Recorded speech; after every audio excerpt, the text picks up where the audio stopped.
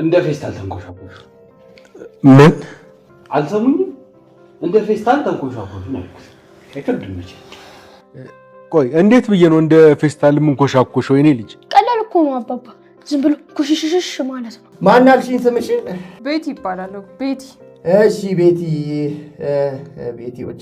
ቆይ ግን እሷን ሲስማት አንቺ አልተናደድሽም? ለምን ያናደኛል? ጨዋታ አይደል?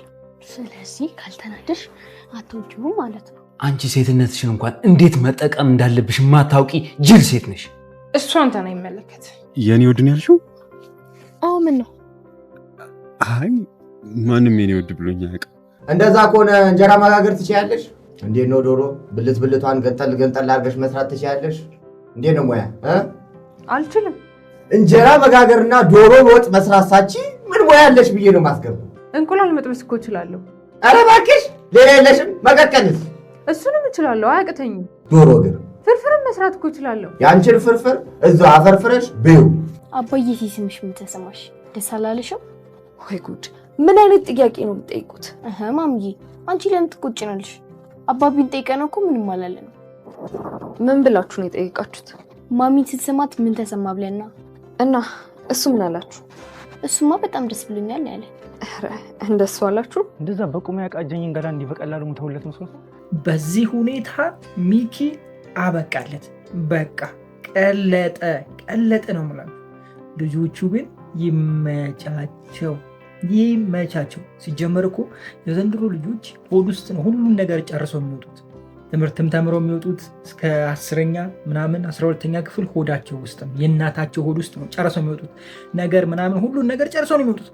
እንዴ የዘንድሮ ልጆች የመጨረሻ አክቲቭ ናቸው። ከእናንተ በላይ ነው የሚያውቁት። የምሬን ነው የምላችሁ።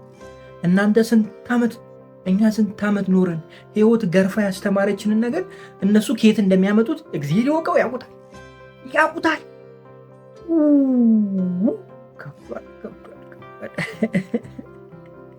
እንዴት ናችሁ ውድ የካያ ተከታታይ ድራማ ቤተሰቦች? አማን ናችሁ? ዛሬም አብረን ካያን ሪቪው እናደርጋለን። እንዲሁም በቀጣይ ክፍል ምን ሊፈጠር ይችላል አንዳንድ ጉዳዮችን ጀባ እምላችሁ ይሆናል። ካያ በትናንትናው ክፍል አሾይና ነበረ።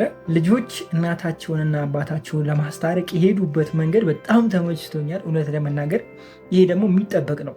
ምክንያቱም አንድ ልጅ ማደግ ያለበት ከእናቱም ከአባቱ ጋር ነው ብዬ አምናለሁ እኔ። ምክንያቱም አባቱም እናቱም በህይወት እስካሉ ድረስ ልጆቻቸውን አብሮ ቢያሳድጉ የተሻለ እንትን መፍጠር ይችላሉ። የተሻለ ዜጋ ወይም ደግሞ የተሻለ ማንነት ያለው ልጅ መፍጠር ይችላሉ ብዬ አስባለሁ። በእርግጥ ብዙ ጊዜ ጥሩ ደረጃ የሚደርሱ ጥሩ አስተሳሰብ ያላቸው መልካም በጎ ለሰው የሚራሩ ሰዎች ብዙ ጊዜ ባክግራውንዳቸውን ቼክ ብታደርጉ በአንድ ቤተሰብ ያደገ ወይም ደግሞ ወይ በእናት ወይ በአባት ልክ እንደዚህ የሆነ ሙሉ ያልሆነ ገብቷችኋል አይደለ? የኋላው ባክግራውንዱ ህይወቱ ሙሉ ያልሆነ እናቱን በሆነ አደጋ ያጣ ወይ አባቱን በሆነ አደጋ ያጣ ብቻ አንድ ፐርሰን ያሳደገው እንዲሁም ደግሞ በብዙ የተገፋ በማህበረሰቡ የተገፋ ምናምን እንደነዚህ አይነት ሰዎች ናቸው በብዛት ጀንትል ሰዎች፣ በጣም ሩሩ፣ በጣም ደግ፣ በጣም አዛኝ፣ እንደገና ደግሞ ሰዎችን በቀላሉ የሚረዱ ኢቭን ትላልቅ ስራ ላይ የሚያሉ እንደነዚህ አይነት ሰዎች ናቸው። በጣም በምቾት በተለያየ ነገር ውስጥ ያደጉ ሰዎች ደግሞ ብዙ ጊዜ አናያቸው ማለት አብዛኛው ህይወታቸው የሆነ ነገር ላይ ነው የሚሆነው፣ የሆነ ፐርሰን ላይ የሆነ ነገር ውስጥ ተጣምዶ ነው የሚኖሩት እና ግን በህይወት እስካሉ ድረስ ደግሞ ልጅ ከእናትና ከአባት ጋር ቢያድጉ የተሻለ ነው ብዬ አስባለሁ። እኔ እንደዛ ነው የምረዳው። እናንተስ ምን ትላላችሁ? ሀሳባችሁን ኮሜንት ላይ አስቀምጡልኝ። ትርሲት ማንን የምታገባ ይመስላችኋል?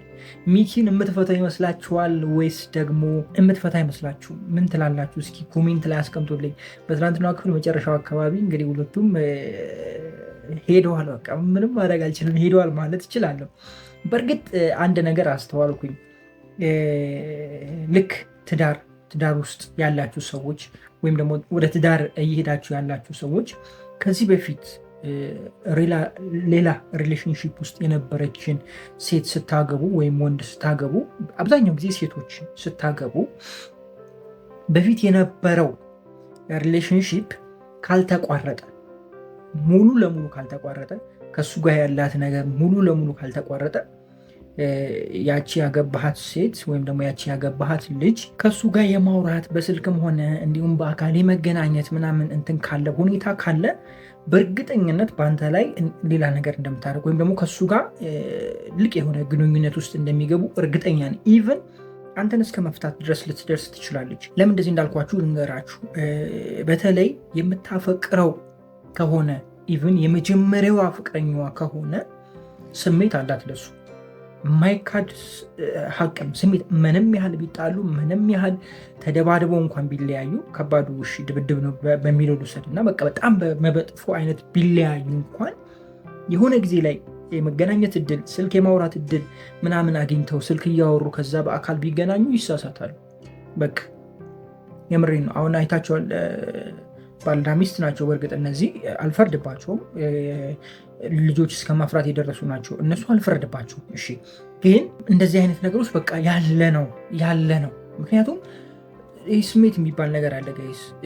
በተለይ የመጀመሪያ ፍቅረኛችሁ ሲሆን እሱ ብቻ ደግሞ ሳይሆን ብዙ ጊዜ አብራችሁ ያሳለፋችሁ ሲሆን አይደለም ልጅ በመሃል ገብቶ ልጅ እንኳን ሳይገባ በጣም በብዙ ተደባብራችሁ በብዙ መንገድ የተለያያችሁ ሰዎች እንኳን ብትሆኑ እንደዚህ አይነት ነገር በቃ ይፈጠራል። ልጅማ ካለ ትልቅ ደረጃ የደረሰ ነገር ነው። ስለዚህ እንደዚህ አይነት ቦታ ላይ መጠንቀቅ አለባችሁ ብዬ አስባለሁ። ከዚህ በፊት አንድ ነገር አንስቻለሁ። እስኪ ሴቶች ወንድሞቻችሁን ጠይቁ። ወንድሞቻችሁ ምን አይነት ሴት ማግባት ይፈልጋሉ? ከዚህ በፊት ሌላ ግንኙነት ያላትን ሴት ማግባት ይፈልጋሉ ወይስ ደግሞ ማንም ያናካትን ንጹዋን ሴት ማግባት ይፈልጋሉ? እና ይህንን እስኪ ጠይቁ ብዬ ነግሬያችኋለሁ ከዚህ በፊት። ምናልባት የኔን ሪቪው የምትከታተሉ ሰዎች አውርቻለሁ ሌላ ድራማ ላይ። አሁንም ይህንኑ ጥያቄ ጠየቅኳችሁ። እህቶች ጠይቋቸው እሺ ወንድሞቻችሁን። የኔን ሀሳብ ግን ስነግራችሁ ማንም ያልነካትም ከማንም ጋር ግንኙነት ያልጀመረችን ሴት ነው የራሴ ማድረግ የምፈልገው፣ ለትዳር የምፈልገው እንደዚህ አይነት ሴት ነው በህይወቴ ውስጥ ማስገባት የምፈልገው። ምክንያቱም ትዳር ትምህርት ቤት ነው ጋይስ፣ የማያልቅ ትምህርት ቤት ነው። ይህን ትምህርት ቤት ደግሞ መማር የምፈልገው ፍረሽ ከሆነ ሰው ጋር ነው። ገብቷችኋል? ብዙ ነገር ከማያውቅ ሰው ጋር ነው ገብቼ እዛ ህይወት ውስጥ ማደግ መማር የምፈልገው። እንደዛ ነው። ትልቅ ተቋም ነው አይደለም? ምንም ግንኙነት የሌላት ያልተነካች በቃ ታውቃላችሁ። ምን ለማለት ፈልጌ ነው እንደዚህ ስላችሁ፣ ሴቶች ራሳችሁን ጠብቁ እያልኳችሁ ነው። ክብራችሁን ጠብቁ። አንድ ሴት ከሆነ ወንድ ጋር እንትን ከጀመረች እና ራሷን አሳልፋ ለሱ ሰው ከሰጠች ከትዳር በፊት በቃ እሷ ሴትዮ ወይም ደግሞ እሷ ልጅ የሆነ ነገሯን ቀንሳለች፣ ትልቅ ነገሯን አታለች ብዬ ነው ማስበው። ገብቷችኋል ላችሁ የፈለኩት በቃ የሆነ ከአካሏ የሆነ ነገር እንደጎደል አስቡ። ምንም የተለየ ነገር ኖሮ አይደለም። አሁንም ደግሜ የምነግራችሁ ዋናው ነገር ስሜት የሚባል ነገር አለና ሴቶችን ብዙ ጊዜ ስሜት ይቆጣጠራቸዋል። በተለይ ደግሞ የመጀመሪያ ታይም የሚያደርጓት ከወንድ ልጅ የሚያደርጓት ነገር አይምሯችሁን ይዟቸዋል። መቼም የሚረሱት ጉዳይ አይደለም። በተለይ ደግሞ የሚያፈቅሩት ከሆነ ብያቸዋለሁ። ይሄ ነገር ላይ በጣም ማሰብ ያለባችሁ ጉዳይ ነው ብዬ አስባለሁ። ይህን ስል ደግሞ ወንዶች እንደፈለጋችሁ ሴቶች ራሳችሁን ጠብቁ ማለት አይደለም። ወንዶችም እንደዛው ብዙ ጊዜ ከትዳር በፊት የሚደረጉ ግንኙነቶች ገብቷችኋል። ግንኙነት ስል ምን ለማለት እንደሆነ ገብቷችኋል። ከትዳር በኋላ ስትገቡበት ትዳር ምን መስሎ አይታያችሁ፣ ተራ ነገር መስሎ ነው የሚታያችሁ። ለምን እንደሆነ ታውቃላችሁ? መጀመሪያ ጨርሳችኋላ። የሆነ በጉጉት የምትጠብቁት ዓለም ነው መሆን ያለበት ብዬ አስባለሁ። ትዳር እንደኔ ገብቷችኋል። ብዙ ነገር የምትማሩበት ብዙ ነገር የምታዩበት ነው። የሆነ ተቋም ነው። እዛ ተቋም ውስጥ ደግሞ ሁሉን ነገር ዛኔ ነው አብራችሁ ማድረግ ያለባችሁ ብዬ ማስበው እንደዛ ነው። ብቻ ሌላ ነገር አበዛውባችሁ። አንዳንዴ ያው ቁም ነገር ላይ ጥሩ ነው። ቁም ነገር ላይ መወያየት ጥሩ ነው ብዬ አስባለሁ። ለማንኛውም ከዚህ በላይ አልሄድባችሁ። በቀጣይ ክፍል ጥሩ ነገሮችን እናያለን። ያው ሚኪ የሚያወራውን ሰምቷችኋል። ብሩኬን ለማጥፋት ምናምን እያሰቡ ነው። እንደገና ደግሞ አዲስ ሰው መጣ እያለ ነው። ገና አዳዲስ ሰዎች ታያላችሁ። አዳዲስ ፊቶች በደንብ ታያላችሁ። ከዚህ በፊት የምታውቋቸው እንዲሁም ደግሞ አዳዲሶች ይመጣሉ። ጠብቁ። ፍቅረኛው ነኝ ብላ መታለች። እንግዲህ እስኪ እሱንም ዳርዳር የምንለው ይሆናል። ሀሳብ ካላችሁ ኮሜንት ላይ አስቀምጡልኝ። ለማንኛውም ዛሬ ነበረ ቆይታ የሚመስል በጣም ወዳችኋለሁ። ክፉ አይንካችሁ፣ ክፉ እንደንዙ አልፏችሁ፣ ይሳካላችሁ፣ ይመርባችሁ፣ ቀናችሁ ብሩ፣ ሌታችሁ ብሩ ይሆንላችሁ እያልኩኝ እኔ በዚህ ተሰናበትኳችሁ። እኔ የምለው ሚኪ የትርሲትን ሙሉ ሀብት ለቃቅሞ ለመውጣት ነው? ለቃቅሞ ሌላ ሚስት ማግባት ነው? ምንድን ነው አላማው? አልገባኝም። እንዴት ናችሁ ውድ የካያ ተከታታይ ድራማ ቤተሰቦች ማናችሁ? ዛሬም አብረን ይሄንን ድራማ ሪቪው እናደርጋለን። እንዲሁም በቀጣይ ክፍል ምን እንደሚፈጠር አብረን ነው ዛሬ አብረን ነው ነገራችኋለሁ ብዬ ቃል አልገባላችሁም። የመጀመሪያ ሪቪው ነው ይሄን ድራማ እዚኛው ቻናል ላይም ሪቪው ስጀምር እንዲሁም ድራማውንም ሪቪው ለማድረግ ስወስን የመጀመሪያው ፓርት ነው ለኔ ማለት ነው። መቼም ለዛሬው ክፍል ታግዙኛላችሁ ብዬ አስባለሁ። ለወደፊቱም ከኋላ ላሉትም ክፍሎች ታግዙኛላችሁ። ቀጣይ ክፍል ላይ የወደፊቱን እኔ ነግራችኋለሁ። የተፈጠሩትን ያሉ ነገሮችንም አብረን የምንጫወት ይሆናል ማለት ነው፣ እንደ ሌላው ተከታታይ ድራማ ማለት ነው። በቅርቡ እዚህኛው ቻናል ላይ ወይም ደግሞ ኑሃሚ ሪቪው ማደርግበት ቻናል ላይ አዲስ ተከታታይ ድራማ ጀምርላችኋለሁ ብዬ ቃል በገባሁት መሰረት ዛሬ ከይን ይዤ መጥቻለሁ። ከወደዳችሁት አብረን ተያይዘን እንቀጥላለን። ካልወደዳችሁት ደግሞ ኑሃሚን ተከታታይ ድራማ ላይ አዲስ ድራማ በቅርቡ ይጀምራል። እሱን ድራማ አብረን የምንጀምር ይሆናል ከክፍል 1 ጀምሮ ማለት ነው። በእርግጥ ግን ይህን ድራማ ወይም ደግሞ ካያን ትወዱታላችሁ ብዬ አስባለሁ። ያው አንድ ቤተሰብ ነው የሚለቀቀው ኑሃሚን ተከታታይ ድራማ ላይ ነው። አንድ ቤተሰብ ነው። እዛ ያላችሁ እዚህ ያላችሁ እዛ ያላችሁ። ለዛ ነው ለመጀመሪያ ያስብ እንየው እስኪ እንየው እና አላችሁ ወይ ካያን ያያችሁ ልጆች አላችሁ? ክፍል 11 ተለቋል። ክፍል 12 መንገድ ላይ ነው። ለማንኛውም እስኪ አንድ ሁለት ነገር ልበላችሁና ጫፍ ሰምቻለሁ። የሰማኋትን ነገር እስኪ ለመናገር ልሞክር፣ እንደው ካልጠፋብኝ ማለት ነው። እውነት ለመናገር ቤተሰቡ ጋር ምን እየተፈጠረ እንደሆነ አልገባኝም። ሚኪ ምን እያሰበ እንደሆነ እናንተ ኮሜንት ላይ አስቀምጡልኝ። በቃ ማለት ለምንድን ነው እንደዚህ የሆነ ያለው? የሆነ ተንኮል እየሰራ እንደሆነ አይኖ ያስታውቃል። ግን ምንድነው ሀሳቡ፣ ምንድነው አላማው የሚለውን ነገር እስኪ ኮሜንት ላይ አስቀምጡልኝ። በቀጣይ ክፍልስ ምን ሊያደርግ ይችላል ይሄ ሰውዬ? ምን አይነት መንገድ ወይም ደግሞ ምን አይነት አላማ ይከተል ይሆን የሚለውን ኮሜንት ላይ አስቀምጡልኝ። ከዛ በዘለለ በትላንትናው ክፍል እኔ በጣም ያዝናናኝ ባንጃዊ ነው። ደላላው ይመች አባቴ ይመች ቤቲ አለና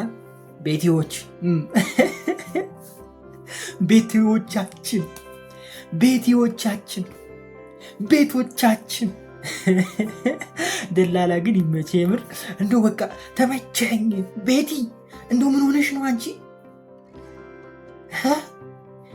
ኧረ አንቺስ የሰራተኛ ቅንጡ የአጋዥ ቅንጡ እናቴ። እኔ እሺ ቆይ ቤቲዎቹ ሞልቃቃ ናቸው እንዴ ጋይስ? እንደው እስኪ ኮሜንት ላይ አስቀምጡልኝ። የምሬን እኮ ነው። እውነት ለመናገር እኔ ሁሉንም ለመናገር ፈልጌ አይደለም፣ ያው ድራማውን ነው። እሺ እንትን እያላችሁ ወይም ደግሞ ሌላ ነገር እንዳትሄዱ።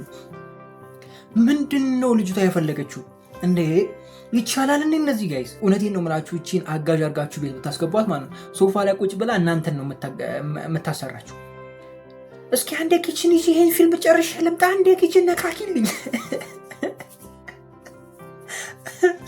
ከዛ ባልየው መጥቶ ቤቲ እስኪ ምሳ አምጪልኝ። እሺ ቆይ አንዴ ሄድ ልጨርስና እመጣላለሁ፣ ተረጋጋ የምትባል ነው ይመስለኝ። ረዝችስ ከፋ። ቤቲዎች ተረጋጉ።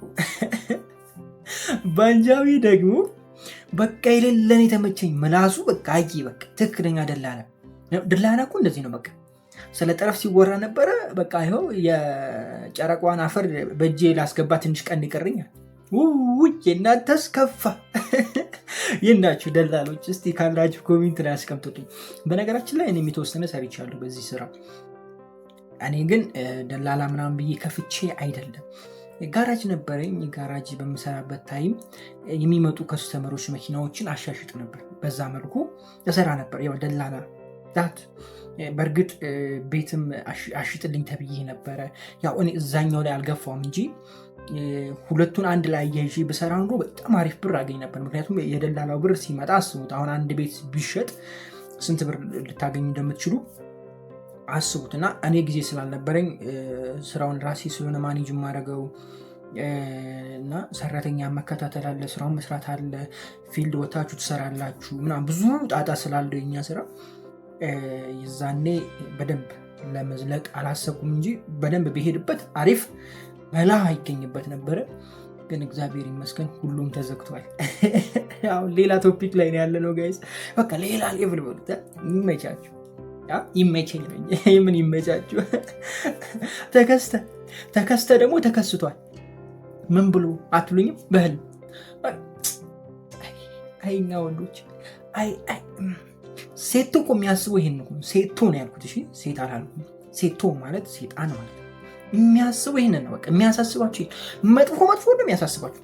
ህይወታችሁን ሊያበላሽ ገደል ሊከታችሁ ነው የሚያሳስባችሁ መጥፎን። ሰውየው በሀሳቡ በቃ ሄዶ እንትን ሌላ ሲል በብርጭቆ አናቱ ሲፈነቀጥ ያልነቃ ሰውዬ ተጠርቶ ነቃ። ተከስተ ያንተ አስከፋ። የምሬን ነው። እንደው ሰው እኮ ደህና ነገር ያህል እሷን ልጅ ፍቅር ጀምራ አበባ ስትሰጣት ቀለበት ስትሰጣት ስታገባት ይታያል። አንተ እንደው ስትጠገድ ወይ። በነገራችን ላይ ሀሳባችሁ ነው ወደ ሞት የሚወስዳችሁ። ሀሳብ ይሄ ልክ እንደዚህ የምታስቡት ሀሳብ ከሆነ ጊዜ በኋላ ድርጊት ይሆናል። ገብቷችሁ ያለላችሁ የፈለኩት ነገር ለምሳሌ ኃጢአት ፍሬው ሞት ነው አይደለ? ኃጢአት ከመሆኑ ግን ኃጢአት ሀሳብ ነበር። ገብቷችሁ ያለላችሁ የፈለኩት ኃጢአት ለማድረግ መጀመሪያ ታስባላችሁ ጋይስ። ለምሳሌ ከሆነ ሴት ጋር የሆነ ነገር ለማድረግ ብፈልግ መጀመሪያ ከማን ጋር ምን ማድረግ እንደፈለግ የትኛዋ ሴቷን ትመርጣለህ። ሀሳብ ላይ የሆነች ሴት ትመርጣለህ። ከዛ በኋላ ከእሷ ጋር እንደዚህ ያደርጋለሁ፣ እንደዚህ ያደርጋታለሁ፣ እንደዚህ እናደርጋለን ሀሳብ ላይ ትጨርሳለህ። ከዛ በኋላ ያቺን ሴት ጋር ሄደ በድርጊት ደግሞ በአካል ትጨርሳለህ። ያ ነገር ደግሞ ወደ ሞት ይዞ ይሄዳል ነው አላማው። ገብቷችኋል አይደለ? አሁንም ይህንን ነገር ነው የተረዳሁት።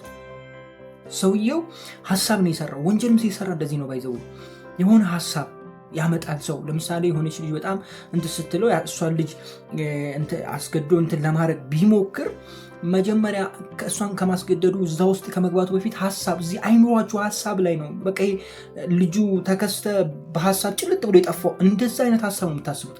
ያንን ሀሳብ በየቀኑ ማታም ጠዋትም በተደጋጋሚ ታስቡታላችሁ። ከዛ የሆነ ቀን አካል ይለብስና ያንን ነገር ታደርጋላችሁ። ያ ነገር ደግሞ ወደማይሆን ነገር ይዟችሁ ይሄዳል። ስለዚህ የምታስቡትን ነገር በጥንቃቄ አስቡ ለማለት ያክል ነው። በጣም ወዳችኋለሁ። ክፉ አይንካችሁ፣ ክፉ ይዞ አልፏችሁ፣ ሊሳካላችሁ፣ ይመርባችሁ፣ ቀናችሁ ብሩታችሁ ብሩ ይሆንላችሁ እያልኩኝ እኔ ብዙ ተሰናበትኳችሁ። አቤል በመውጣቱ እኔ በጣም ደስ ብሎኛል። ደስ ብሎኛል። የምሬ ነው ማለት እንደሚወጣም ያው የታወቀ ነበረ። ግን አልኳችሁ ግን አሁን ምን ይሻልሻል? እንግዲህ እኔ እኮ ሳታረጋግጪ አንተነ እርግጠኛ አሁን እሱ ነው ከምትይ ምን አለ ተረጋግተሽ ብታወሪ ብቻ። እኔ በሷም አልፈርድም፣ ግን ከባድ የሆነ ነገር ነው የተፈጠረው። የበሬ ነው ብላችሁ ለእሷ ምን ያህል ጭንቀት እንዳለው ታውቃላችሁ፣ ምን ያህል ውርደት እንደሆነ ታውቃላችሁ። ምክንያቱም አቤልም ስንት ነገር እንዳለችው ስንት ነገር እንትን እንዳለችበት ልላችሁ የፈለኩት ነገር ገብቷችኋል አይደለም? ግን ሆፕ ያስደረጋት እዛ ዘበኛ ሆኖ ከነሱ ጋር እየኖረ ነው። ይሄ ከባድ ነው እንደውነቱ። እንደው ይሄ እንዳይቅጠማችሁ። እንዴት ናችሁ ውድ የሐረግ ተከታታይ ድራማ ቤተሰቦች? አማን ናችሁ ወይ? ዛሬ አብረን ሐረግ ሪቪው እናደርጋለን። እንዲህ በቀጣይ ክፍል ምን ሊፈጠር ይችላል አንዳንድ ጉዳዮችን ጀባ እምላችሁ ይሆናል። ሐረግ በትናንትና ክፍል አሽወይና ነበረ። በተለይ መጨረሻ አካባቢ ላይ ዳጊ ምንድነው እግሩ ላይ ምናምን የሆነ ቀይ ነገር አይታችኋል ብዬ አስባለሁ። መቼም ቀለም ነው አትሉኝም። ምን ሰርቶ ነው ያደረው ሰውየው? የት ነው ያደረው? ምን እያደረገ ነበረ? ዳጊ ምን ውስጥ ነው ያለው? ጋይስ እኔ የሆነ ከባድ ነገር ውስጥ እንዳለ ነው የሚሰማኝ፣ ወይም ደግሞ የሆነ ከባድ ወንጀል ውስጥ ገብቷል ብዬ ነው የማስበው። ይሄ ልጅ እና ከባድ ነው። እኔ ገኒ ነግሬያታለሁ፣ ከዚህ በፊትም ነግሬያታለሁ። ልጅሽን በደንብ እንትን በይ። እናታን እኮ ልቆንጥጠው ሲል አያ ያለች የእናት ነገር የእናት ወደ ቡቡ ነች። እናት በኋላ ከተበላሽ በኋላ ይዬ ከማለት አሁኑ ወነጥጦ አሪፍ ነበረ። እስካሁን እስር ቤት ቢሆን ኖሮ ተስተካክሎ ይወጣ ነበረ ልጁ። አሁን ግን እየሄደበት ያለውን ነገር አስቡ እንግዲህ። ከቤት ወጥቶ እስከ ማደር ድረስ ቤት ሳያድር እንኳን ማንም የጠየቁ የለም። ጠዋት ሲመጣ ነው በቃ እንደው እናቱ እግሩን ስታየው ነው እንደውም እና ላናግር ብላ ይዘው የወጣችሁ እንጂ እንዳደረ ሁላ ቤት እንዳደረ ነው መሰለኝ የሚያውቁት። እንደዛ ነው የተሰማኝ። እንዴ ኧረ ተው ሰዎች፣ የምሬን ነው የምላችሁ። እኔ በጣም የገረመኝ ሉሊት በትላንትናው ክፍል ምን ታይቷት ነው? መጥረጊያ ነው ሞልቢያ ነው ይዛ ስትወለውል ነው ስትጠርግ ነበረ ቤቱ። ምን ታይቶች ነው እናቴ? ማን ሽኮ ብሎች ነው? የትኛው ሰው ጆሮሽ ላይ ጣል አድርጎብሽ ነው እንዴ? ወይስ ደግሞ ልታገቢ ነው? ቤት ማጽዳት ማችል የማጠርገውን ሴትዮ አላገባም ብሎሽ ነው? ማን ነው ድከም ያለሽ? እንደው አንቺ እኔ እሷ ሴትዮ አንድ ቀን ይዛ አይቻት አላውቅም። አንድ ቀን እንደው ሽንኩርትና ምናምን ቢላ እንኳን የምትይዘው ማለት ነው። ለምን እንደው ታውቃላችሁ? ለተንኮሏ ሲሆን የሆነ ምግብ አበላሽታ ለሰው ለመስጠት ሲሆን የሆነ እቅድ ካላት ብቻ። ከዛ ውጭ እኔ ሴትዮ እኔ ፍጹም አላውቃትም ምንም ስትሰራ እንዴ። ኧረ አንድ ቀን ብቻ ገኒ አስፈራርታ ሙሉ ድስት አሳጥባታለች። የቤት ዕቃ እንዳለ ሙሉ አውጥታ ውጭ አሳጥባታለች። እሱን የሰራችው። ከዛ ውጭ ሌላ ምንም ስራ ነክታ አታውቅም እቺ ሴትዮ። ትላንት ምን ተፈጠረ? ወይ ሉሊት አያልቅብሽ፣ ድራማሽ አያልቅብሽ፣ ሀሳብ አያልቅብሽ። እንደለ ዘበኛውን ስታስጨንቂ ነበር። መተሽ ደግሞ እዚህ መጣሽ። የምር ሉሊት ያንቺስ ከፋ። የምሬ ነው።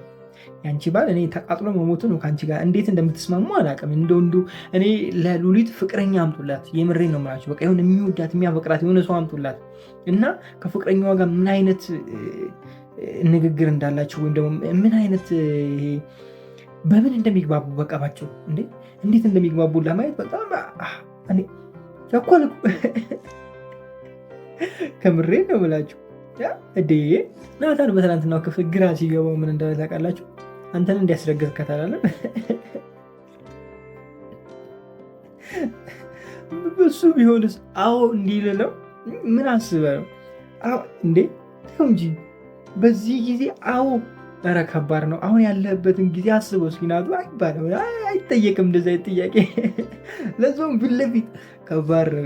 የምሬን ነው። በትናንትናው ክፍል ብዙ የሚያዝናና ነገሮች ነበሩ አይደለም? ብቻ አሪፍ ነበረ። ጥሩ አይነት ክፍል ነበረ።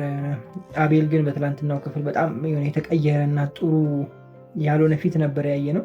መጥፎ ነገሮችን ለማድረግ እየተዘጋጀ ያለ አይነት ሰው ነው ያየ ነው እና በቃል ላይም በፂ ላይም በናታም ላይም በቃ በቤተሰቡ ላይም ጥሩ ያልሆነ ነገር ሊያደርግ ይችላል ብዬ አስባለሁ። እንደ ቢኒ ከዚህ በፊትም ነግሬያቸዋለሁ።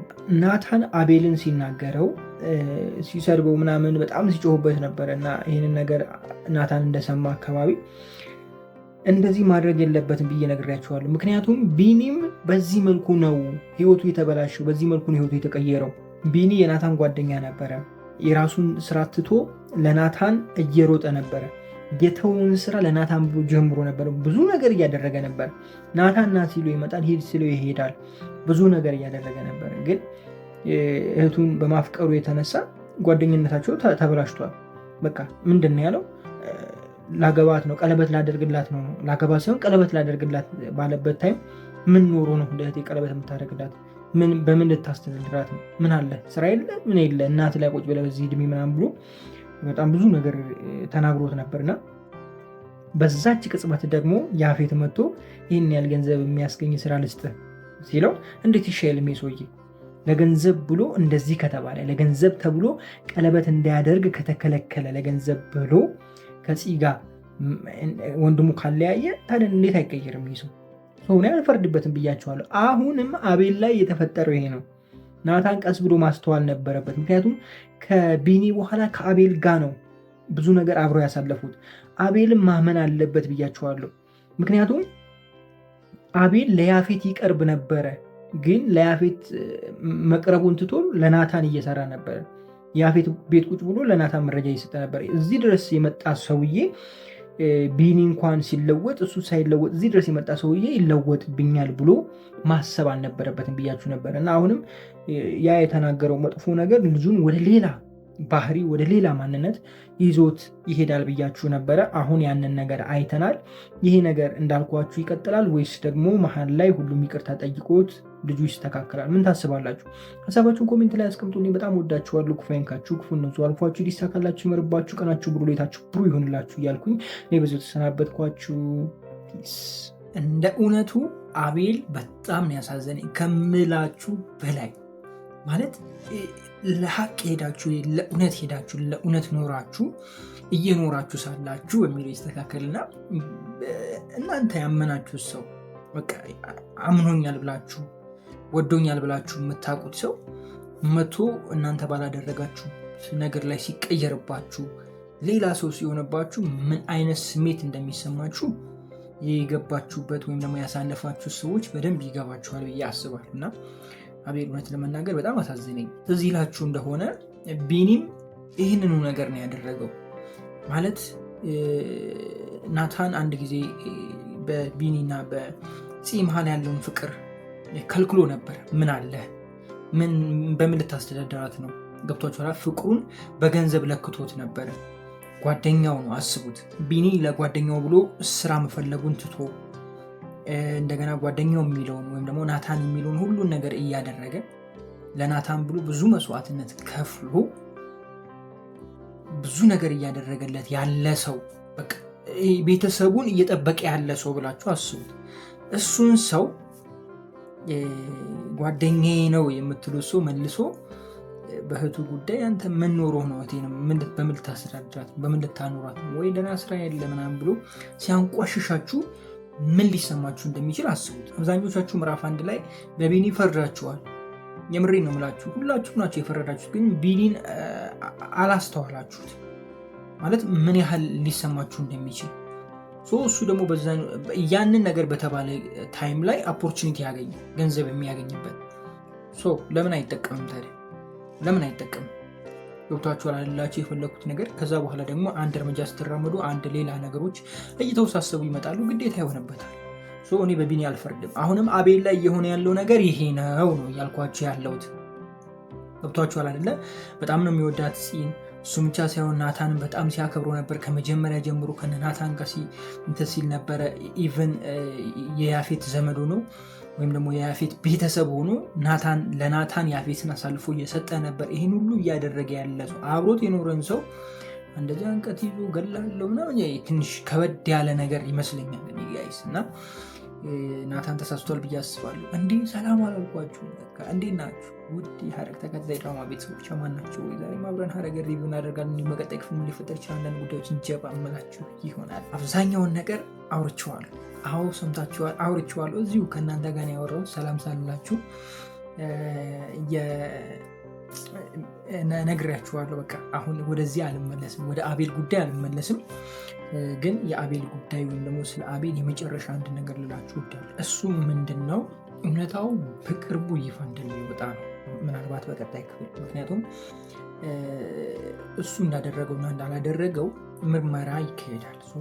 የፖሊሶች ምርመራ ስለሚያደርጉ ውጤቱን ወዲያው ያውቁታል። እሱም በነፃ ይለቁታል። ምክንያቱም የአንድ ሰው እንትን ከተባለ በኋላ ከማን ጋ ነው የሚለው ነገር ቼክ ይደረጋል አይደለ? የራሱን የቻለ ምርመራ አለ። ይህም ባለሙያ ቢያብራራው ጥሩ ነው።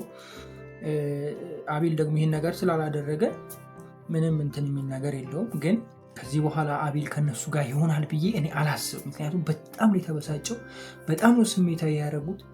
ኢቨን ፂ ደግሞ በጣም እየተመላለሰች ነው ስትጎዳው የነበረው። ለአንድ ሰከንድ እንኳን ልትሰማው አልፈለገችም። እሷም እውነት አላት ልትሉ ትችላላችሁ። ፂ ግን እውነትነቱን ሳይሆን ማየት ያለባችሁ እነዚህ ሰዎች ባዳ አይደሉም፣ ቤተሰብ ናቸው። ረጅም ታይም አብሮ አሳልፈዋል። ገብቷችኋል አይደላችሁ የፈለኩት ነገር። እንደገና ይህን የማድረግ ሀሳብ ቢኖረው ኑሮ ይህን ጊዜ አይጠብቅም። ገብቷችኋል አይደለ? በቃ በመጠጥ አድርጎ የፈለገውን ነገር ማድረግ ይችል ነበር ከዚህ ቀድምም ማለት ነው። ላችሁ የፈለኩት እንደዛ ነው።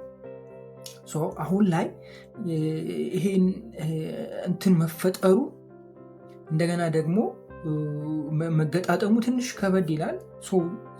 ቢያንስ ተወሰነ ማሰብ መቻል ነበረባት ብዬ አስባለሁ። ፂም ግለፍተኛ አይደለች። ለዛ ይመስለኛል እንግዲህ ሁሉ ነገር እየተፈጠረ ያለው። ብቻ ትንሽ የሚያሳዝን አይነት ነገር ነው እያየን ያለ ነው። ደግሞ እሷን እንደዚህ ያደረጋት ያው ቤታቸው ገብቶ ቁጭ ብሏል። እኔ እሱን የገረመኝ አይ እሺ ለምን አይናገርም? ቢናገር ደግሞ ታስገቡዋለች። ለዛ ይመስለኛል ዝም ያለው። ዝም ብሎ እየተከታተለ ነው። ኦልሬዲ ልጁ ግን ወዷታል እኮ። እሺ አንድ ጥያቄ ጠይቃችሁ፣ ልጁን ምን የምታደርጉ ይመስላችኋል? እስኪ ሀሳቡ ልጁን ስላችሁ ሆድ ውስጥ ያለውን ነው፣ ጩጬው ምን የምታደርጉ ይመስላችኋል? ሀሳባችሁን ኮሜንት ላይ አስቀምጡልኝ። ሌላኛው በስተመጨረሻ ላይ የተቋረጠበት ቦታ ነው። የናታን ቀኝ እጅ ስልክ ተደውሎባታል። የማን ስልክ የተደወለባት ይመስላችኋል? እስኪ ሀሳባችሁን ኮሜንት ላይ አስቀምጡልኝ። እስኪ አስቀመጣችሁ እኔ ራሴ ምላሽ ልሰጣችሁ ስለሆነ የእናንተን ሀሳብ ኮሜንት ላይ ጻፉና የማን ሀሳብ ትክክል ነው የሚለውን ነገር በቀጣይ ክፍል የምናይ ይሆናል ማለት ነው። ጽፋችኋል ብዬ ላስብና የኔን ሀሳብ ወይም ደግሞ የኔን ምላሽ ወይም ደግሞ የኔን ሪከመንድ ላርጋችሁ ልንገራችሁ ባጭሩ። አወሳሰብኩባችሁ አይደለ?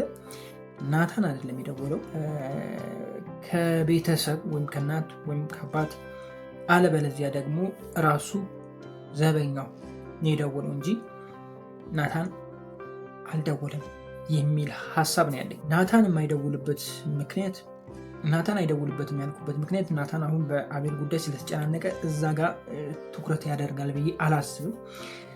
ሜቢ ሊሆን የሚችለው ዘበኛው ነው። ዘበኛው ያቺ ስለያዘችው ወይም ደግሞ እንግዳዋ ስለያዘችው የሆነ መንገድ ፈልጎ እሷ ጋር ደውሏል ብዬ አስባለሁ። አለበለዚያ ቤተሰብ ለእሷ ደውሏል ብዬ አስባለሁ። ግን ሞስት ፕሮባቢሊቲ የሚሆነው ቤተሰብ ነው ብዬ አስባለሁ። ምክንያቱም እንደዚህ በቀላሉ ትያዛለች ብዬ ስለማላስብ ማለት ነው። ለማንኛውም ለዛሬ የነበረን ቆይታ ይህንን ይመስላል። በጣም ወዳችኋለሁ። ክፉ አይንካችሁ፣ ክፉ መንዙ አልፏችሁ፣ ሊሳካላችሁ፣ ይምርባችሁ፣ ቀናችሁ ብሩ፣ ቤታችሁ ብሩ ይሆንላችሁ እያልኩ ምን ብዙ ስናበትኳችሁ። ነገሩን ወደ ህግ ለመውሰድ እርምጃ ጀምራለች። ይሄ ነገር ምን ይሆን? ምን ታስባላችሁ? ይህንን ነገር ወደ ህግ ወስደው አቤል ታስረው መመርመር ይሆን ወይስ ደግሞ ሀሳቧን ትቀይር ይሆን? ምን ታስባላችሁ? እስኪ ሀሳባችሁን ኮሜንት ላይ አስቀምጡልኝ። እኔ ግን እንደሚመስለኝ ከሆነ ነግራችኋለሁ። ግን ከዛ በፊት እንዴት ናችሁ ውድ ሀረግ ተከታታይ ድራማ ቤተሰቦች አማን ናችሁ ወይ? ዛሬ አብረን ሀረግ ሪቪው እናደርጋለን። እንዲሁም በቀጣይ ክፍል ምን ሊፈጠር ይችላል አንዳንድ ጉዳዮችን ጀባ ምላችሁ ይሆናል። ሀረግ በትናንትናው ክፍል አሪፍ አይነት ክፍል ነበረ። የሆነ የተረጋጋ አይነት ክፍል ነበረ። በተለይ እነ የፉጋ የነበረው ነገር ረጋ ያለ ነገር አይተናል። እዚህ መነጽ ጋም የነበረው ነገር ረጋ ያለ ነገር ማየት ችለናል። ከዛ በኋላ ደግሞ ወደ መጨረሻ ላይ አቤልና ዘበኛው የሰሩትን ስራ አይተናል። ሸርታቴ መጣብኝ እያለ በቃ ደጅ ለደጅ በር በተንኳኳ ቁጥር ሸርታቴ ከባድ ነው። አስረጋጁ ጭራሽ እዛው ዘበኛ ሆኖ ተቀጥሯል። እሷ አቤል ትላለች። ኧረ ተይ ግንፂ ተይ ይሻልሻል ተይ። ምን የሚሆን ይመስላችኋል በቀጣይ ክፍል? እኔ እንደማስበው ከሆነ ወደ ህግ አቤልን ትወስዷለች። አቤል ይታሰራል ብዬ አስባለሁ። ካልታሰረ ከናታን ጋር የሚፈጠረው ነገር ጥሩ ስለማይሆን ወደ ህግ ይቀርብና እውነታውን ያረጋግጣል ብዬ አስባል። ማለት ቃሉን ይሰጣል። ከዛ በኋላ ደግሞ ምርመራ ታደርጋለች። ሁለቱ መሀል ምንም እንደሌለ እርግጠኛ ይሆናሉ ብዬ ነው ማስበው። ግን የምትጸጸትበትን ነገር ነው እያደረገች ያለችው። ግን አላፍርበትም ሳይሆን አልፈርድባትም ለማለት ነው ጋይስ። ምክንያቱም ምንም የምታስታውሰው ነገር አልነበረም። እንደገና ደግሞ ከእሱ እንዳነሳት ነው የምታውቀው። ያ ነው እንደዛ ያደረጋት ብዬ ነው ማስበው እንጂ እሷም ክፉ ሆና አይደለም። እንደዛ ነው የምረዳው። ምናየው ይሆናል። እስኪ ወደ ናታን ጋር እንሂድና ናታን ጋር ከዚህ በፊት አብሮ ስራ ለመስራት ገንዘብ የተዋዋለ ገንዘብ ምናምን ሲያወሩ ነበር ብቻ። ወይም ደግሞ ቤት ለመግዛት ቤት ገዢ ሆኖ የመጣው ሰውዬ ስራው ተበላሽቷል። በቀጣይ ክፍል እንደዚ አይነት ነገር ነው የምናየው። ብቻ ያም ሰው ከናታን ጋር ግብግብ ፈጥረዋል። ግብግቡ ምንድን ነው ካላችሁኝ ጥሩ ያልሆነ ነገር እንዳለ ነው የሚሰማኝ። ማለት እንትን ጠላት ይመስለኛል፣ የናታን ጠላት ይመስለኛል። ስም ብዬ ሳስበው ሰዎቹ ተባብረው እየሰሩ ነው፣ በናታን ላይ ጠላት ናቸው ብዬ ነው ማስበው። እናንተን ሀሳብ ኮሜንት ላይ አስቀምጡልኝ። ምን ሊፈጠር ይችላል? ምንስ የምናይ ይመስላችኋል በቀጣይ ክፍል? የቤቱን ድርሻ የገዛችው ልጅ ደግሞ የናታን ጓደኛ ሆና ተገኝታለች፣ እንዲሁም ቤት መታለች። ይህንን ነገር ደግሞ ሰምታለች ወይዘሪት ገኒ። እናሳብ በቀጣይ ክፍል ምን አይነት ዱብና እዳ ሊመጣ ይችላል? እስኪ ሀሳባችሁን ኮሜንት ላይ ያስቀምጡ። ብቻ በቀጣይ ክፍል ከበድ ያለ ነገር ልናይ እንችላለን። ጥሩ ነገር ነው ያለን ብዬ አስባለሁ። በቀጣይ ክፍል ሀረግን እንዴት እያያችሁት ነው? ምዕራፍ 2 እንዴት እየቀጠለ ነው? ተመችቷችኋል? አልተመቻችሁም? ምን ላይ ናችሁ? ምን አይነት ኮንዲሽን ላይ ናችሁ? ወይስ ደግሞ ከ5 ደቂቃ 10 ደቂቃ ከዛ 20 ደቂቃ ከዛ 30 ደቂቃ ድራማውን ጨረሳችሁት? እንደዚህ ነው እያያችሁ ያላችሁት ወይስ ደግሞ በትክክሉ እንደ ምዕራፍ 1 እየተከታተላችሁት ነው? ሀሳባችሁን ኮሜንት ላይ አስቀምጡልኝ። የኔን ነግራችኋለሁ። እንዴት እንደምናየ ታውቃላችሁ።